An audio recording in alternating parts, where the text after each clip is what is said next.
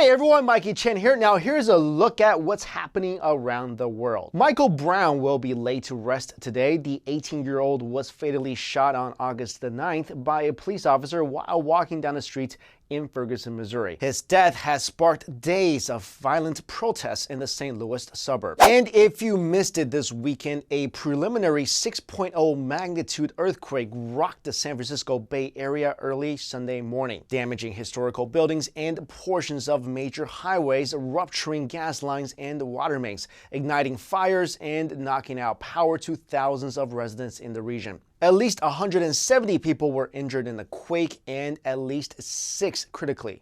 In other news, you know, some people, they're just mean. A 12-year-old with a lemonade and cookie stand in his residential area of Florida faces complaints from a neighbor who contacted police to report the stand as illegal. 12-year-old TJ Guerrero is a young entrepreneur who runs a lemonade stand in Dundon, Florida. Unfortunately, TJ met the Scrooge of Dundon, Florida, Mr. Doug Wilkie, who has a problem with TJ's small business and has contacted police at least 4 times in 2 years to try and have it shut down, saying that it depreciates the value of his home because now his home is in a business area and that the lemonade stand causes local problems like traffic, noise, and illegal parking. Okay.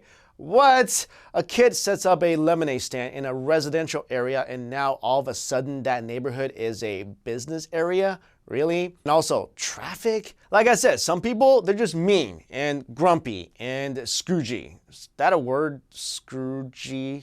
It should be a word, Scroogey. Here's a pet peeve of mine. Whenever I'm hanging out with friends, and especially if I'm with a significant other, it kind of drives me crazy when they're on the phone like all the time, because here's the thing, it's rude. It makes me feel like, and I'm sure I'm not alone on this, like, oh, you would much rather be on your phone the whole time than why come hang out? I mean, just stay home and go play on your phone. I'm not saying people shouldn't use their phone at all, but come on, don't overdo it. So check out this video. Here, a girl is seen dragging her boyfriend, or maybe ex-boyfriend now, across a train platform as he is glued to his phone.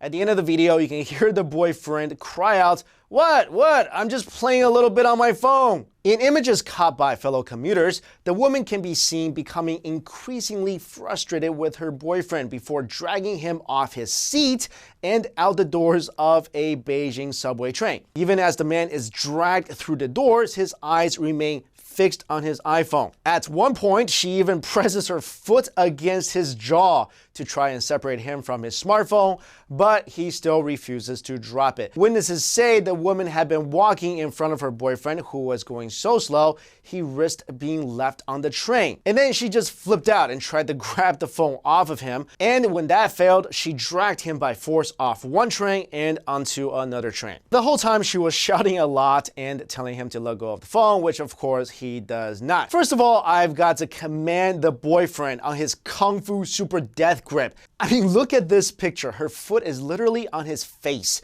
and yet he held on. And also, can I just say that we all need to take a break from our phones in certain situations? I mean, I was at dinner last week and it was 4 of us, and literally everyone was on their phones. I actually had to say, hey, can we all put our phones away and have a nice dinner and a nice conversation? And I think this especially should be the case when you are out with your significant other who you're supposed to love. That person should be receiving all your attention. And while we are on the subject of girlfriends flying into sudden rages, check out this story. A Beijing woman made the rounds on Weibo, which is the Chinese version of Twitter, for hurling a handbag at her boyfriend. Now, the reason she did this was because she discovered that the luxury bag was actually a dud, a bogus fake. She apparently didn't anticipate the bag to be fake, as her white boyfriend told her that he purchased it abroad, probably in New York City, like around Canal Street. She then took it to a luxury goods appraiser in Beijing who identified it as a bogus bag. So the lesson today, guys, is get off your phones and don't buy bogus bags for your girlfriends. In this awesome story, after growing her hair out for 15 years, a 38-year-old woman in Shenzhen is now seeking someone to buy her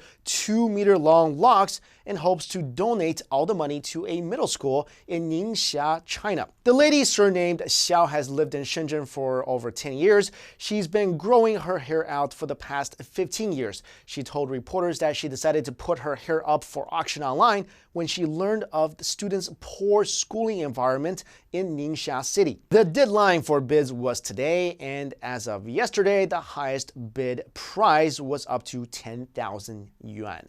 I love it when animals dance because they're not supposed to be able to dance, but they sometimes dance better than like people. So check out these elephants dancing to violin music.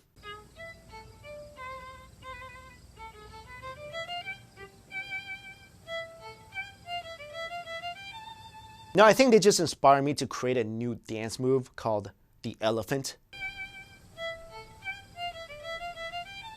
Impressive, right? I'm gonna dish out that little number on the dance floor next time. No, I can't dance. That should be pretty obvious, right? And finally, this little hamster has got a better house than I do. Come on! Check out his mansion complete with everything he needs, and check out his breakfast. A strawberry about as big as he is. Now, this little guy has got it all. And I live in like a box in New York City. If only I could shrink myself and then buy a dollhouse. All right, guys, thanks so much for watching today. And if you haven't already, please subscribe to my new news channel. And I'll see you later.